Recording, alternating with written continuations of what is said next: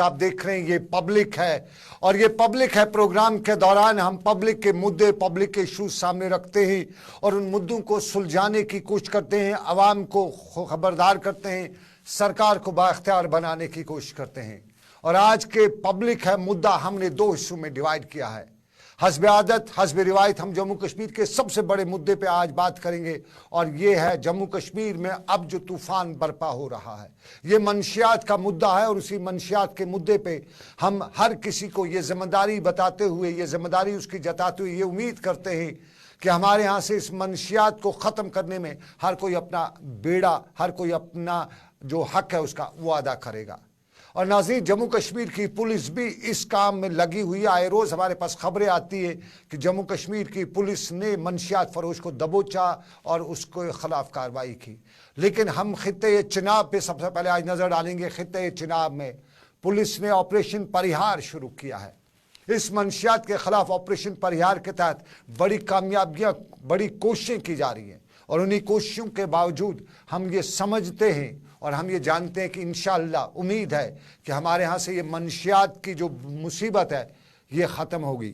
Operation परिहार क्या है, इसके ज़रिए क्या किया जा रहा है और क्या हो सकता है, यही जानने के लिए हमने आज प्रोग्राम में दावत दी है एसएसपी डोडा अब्दुल कयूम साहब को। चौधरी अब्दुल कयूम साहब मेरे प्रोग्राम में बराह रास्त ज्वाइन करेंगे। बहुत बहुत शुक्रिया चौधरी साहब, कयूम साहब। हम मंशियात की बात कर रहे हैं। जी जी। और इस मंशियात में हर किसी की, ये पुलिस वाला हो, ये सहाफ़ी हो, या आम आदमी हो, उसकी एक जिम्मेदारी है कि इस मुसीबत में सामने आ जाए। तो उसी मुसीबत में जो परेशानियां हैं, पुलिस की पहली जिम्मेदारी है, पहला रोल है। लेकिन ऑपरेशन परिहार आपने शुरू किया, हमारे नाजरीन को जरा इस लाइव नशरियात में बता दीजिएगा ये ऑपरेशन परिहार क्या है।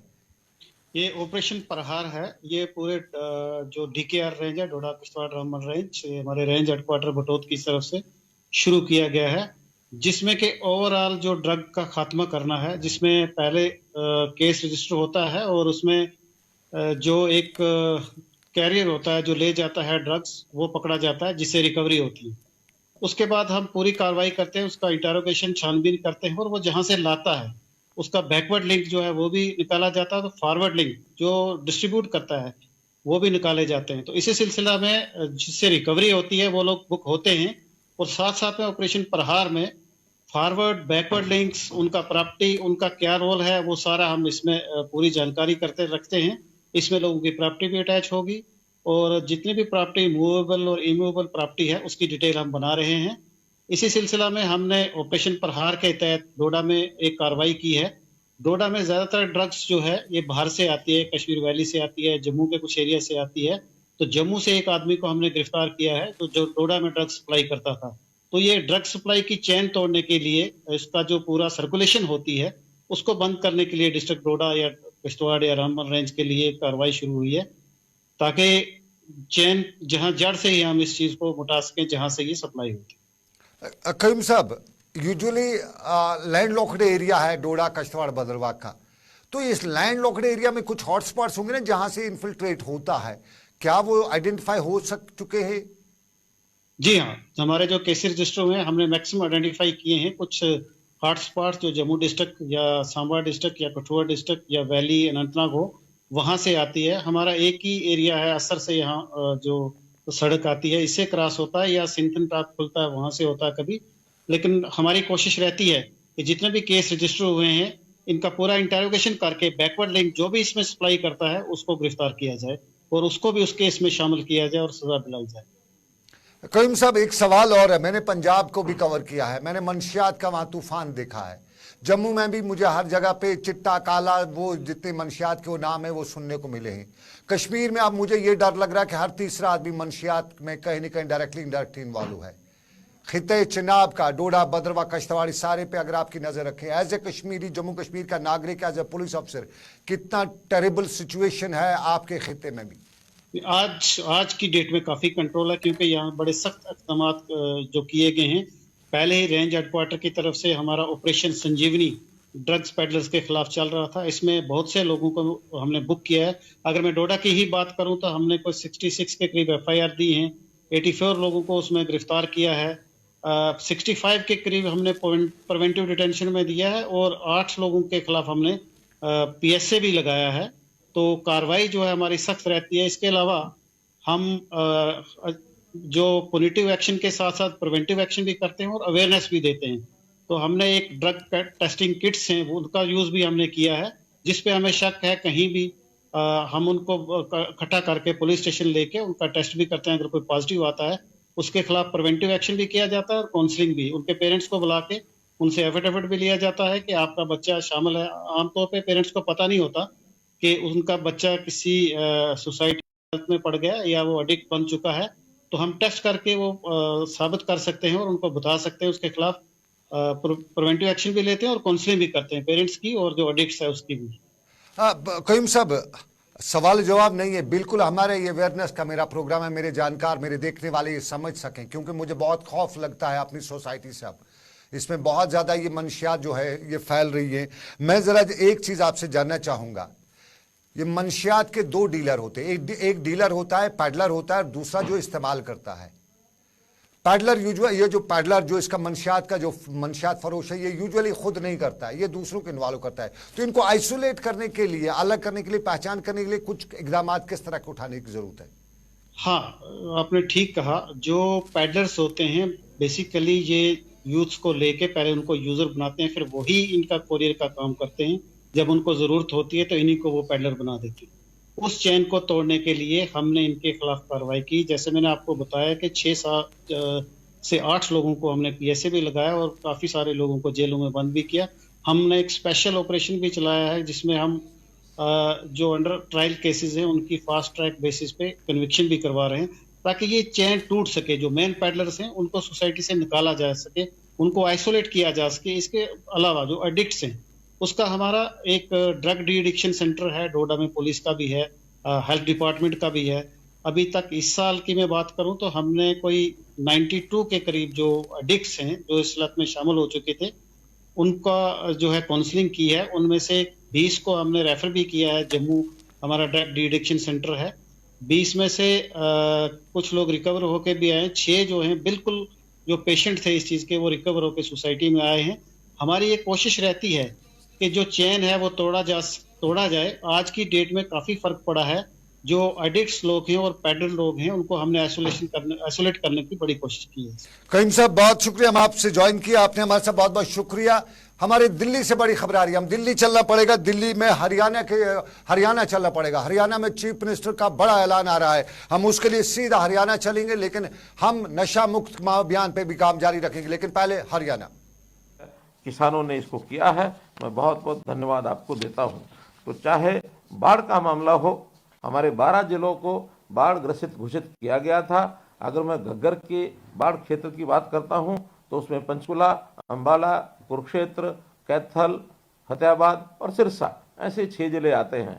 और यमुना के साथ साथ भी इसी प्रकार से, चाहे वो यमुनानगर हो, करनाल हो, पानीपत हो, सोनीपत हो, पलवल हो अथवा फरीदाबाद हो, ऐसे ये 6 जिले बाढ़ प्रभावित क्षेत्र के हैं। तो 12 के 12 जिलों में कुल मिलाकर 1469 गांव और 4 शहर इससे प्रभावित हुए हैं। तो ऐसे सब इलाकों का हमने जो मुआवजा है वो किसानों को दे दिया है। अभी जो फसल का जो प्राकृतिक आपदा जिस प्रकार से होती है, अथवा विशेष तौर पर कपास, इस कपास का जो सुंडी का खराबा हुआ है उसका मुआवजा जाना विशेष है। बहुत जल्दी उसको भी हम 31 दिसंबर तक सब आंकलन करके और आपको भेज दिया जाएगा। जहां तक फसल के विविधीकरण की बात है, हमने ये भी अपील की थी कि किसान कम से कम पानी की चिंता करें, और जहां पानी बहुत गहराई में हो गया है, जहां हम अपनी यानी आगे आने वाली पीढ़ी को पर्याप्त पानी भी उपलब्ध नहीं करा पाएंगे, ऐसे किसानों को हमने अपील की कि आप कम से कम धान की बिजाई को छोड़कर उसकी जगह अन्य फसलों की अगर बुआई करेंगे तो हम 7,000 रुपया प्रति एकड़ हर किसान को और इस मुआवजे के नाते से देंगे, ताकि फसल धान की बजाय दूसरी फसल बुआई करे। और ऐसा पिछले 2 वर्षों में लगभग 2.25 लाख एकड़ पर किसानों ने धान को छोड़ा है। बधाई के पात्र हैं। और हमारा ये जो मेरा पानी मेरी विरासत की योजना, दूसरे प्रदेश भी इसको अपने यहाँ लागू करने के लिए लायक हैं कि हम भी इस योजना को लागू करेंगे, ताकि पानी की चिंता ये सब लोग कर सकें। तो मित्रों, भाइयों बहनों, चाहे वो बाढ़ की बात हो, चाहे मुआवजे की बात हो, चाहे मेरा पानी मेरी विरासत की बात हो अथवा पराली प्रबंधन की बात हो, इन सब विषयों पर आप लोगों ने सहयोग किया है। पराली प्रबंधन तो और भी कई प्रकार से किया जा सकता है, जैसे फसल अवशेष प्रबंधन हेतु पूसा डिकम्पोजर किट, ये भी हमने बांटे हैं। 2.5 लाख एकड़ में इस बार पूसा कंपोजर किट बांटे गए हैं और हमारा इस बार का लक्ष्य है कि अगले इस वर्ष में 5 लाख एकड़ ये पूसा डिकम्पोजर किट ये बांटे जाएं, ताकि लोगों को इसका जो है पर्याप्त लाभ मिल सके। जहाँ तक मुआवजे की बात है, मुआवजा सब प्रदेशों में जितना मुआवजा सरकार की ओर से दिया जाता है, जो प्रधानमंत्री फसल बीमा योजना के अंतर्गत अपना बीमा नहीं कराते हैं, ऐसे किसानों को पिछली सरकार तो मात्र 6,000 और जाते जाते 10,000 करके गए थे। 10,000 का मुआवजा भी किसी को दिया नहीं था, लेकिन हमने आने के बाद उसको पहले 12,000 किया और फिर बाद में 15,000 रुपया एकड़ ये हमने किया है। तो 15,000 रुपया एकड़ अपने आप में एक राशि हरियाणा सरकार ही सबसे ज़्यादा राशि देती है। तो किसान के नाते से आपकी किस प्रकार से लाभ आपको पहुंचाया जाए, किसानों के फसलों के दाम कैसे मिले, मंडी की व्यवस्था, मार्केटिंग व्यवस्था कैसे अच्छी की जाए। मुझे खुशी है कि मार्केटिंग की व्यवस्था हरियाणा की बाकी आसपास के प्रदेशों से सबसे अच्छी है। यही कारण है कि होड़ लगी रहती है। बाहर के प्रांत के जो सीमावर्ती जिले हैं, वहाँ से भी किसान, चाहे वो पंजाब हो अथवा उत्तर प्रदेश हो, राजस्थान हो, सब जिलों आसपास के जिलों के लोग हरियाणा की मंडियों में फसल बेचना चाहते हैं। और हमने फसल 1-2 नहीं 14 फसलें ऐसी जो हैं वो एमएसपी पर खरीदनी ये शुरू की हैं। अगर किसी फसल को हम एमएसपी पर खुद नहीं खरीद सकते हैं तो उसमें भी हमने व्यवस्था की है कि भावांतर भरपाई योजना, उसमें चाहे सब्जियां हों, फल हों अथवा बाजरा हो, इसकी व्यवस्था भी सफलतापूर्वक लागू की गई है। इन सब योजनाओं को आसपास के प्रदेशों के किसान खूब समझ रहे हैं, खूब उनको ये जानकारियाँ मिल रही हैं। तो मेरा किसान किस प्रकार से खुशहाल बने, कैसे आगे बढ़े, ये बात भी सत्य है कि किसानों की जो जोत है ये बहुत छोटी हो गई है, क्योंकि अपने यहाँ ज़मीन तो जितनी है उतनी है, कुछ ज़मीन हमारे विकास के नाते से, शहरीकरण के नाते से, औद्योगिकरण के नाते से उसमें लग रही है। बाकी ज़मीन जो है वो धीरे धीरे कम हो रही है और आवश्यकता हमारे परिवारों की बढ़ती जा रही है। इसलिए हमारा जो ज़मीन का जो भाग है यानी जोत है वो हमारी बहुत छोटी होती जा रही है। हम ऐसे सब किसानों के परिवारों में भी कम से कम एक परिवार को अपना व्यवसाय करने के लिए सरकार कैसे सहयोग कर सकती है, नौकरी में जाने के लिए कैसे सहयोग कर सकती है, प्राइवेट नौकरी उसको कैसे मिले, उसकी स्किलिंग करा करके उसका जो हुनर विकास करके और कैसे उसको स्वयं रोजगार के नाते आगे हम बढ़ाएं। तो इन बातों पर भी हम लगे हैं ताकि कोई किसान उसकी आय कम से कम किसान कहलाता है तो एक आदरणीय एक नागरिक के नाते उसका जो स्थान बने। तो हम चाहेंगे कोई किसान बीपीएल के नीचे न रहे, सब किसानों की आय 1,80,000 से ऊपर कैसे हो, इसकी योजनाएं हमारे सभी विभाग मिलकर के बनाते हैं। केंद्र सरकार की योजनाओं का भी हम लाभ उठाते हैं। ऐसे आपके भी किसी प्रकार के कोई अच्छे सुझाव होंगे तो निश्चित रूप से हम उनको भी लेंगे। हरियाणा के अंदर 500 से लेकर 800 तक ऐसा माना जाता है कि प्रगतिशील किसान भी हैं। प्रगतिशील किसानों को भी हमने योजना के माध्यम से कैसे उसका विस्तार हो, हर प्रगतिशील किसान एक नए किसान को ट्रेंड करके उसको प्रगतिशील बनाए, इस योजना पर भी हम लगे हैं। उसके लिए भी प्रोत्साहन राशि हमने दी है।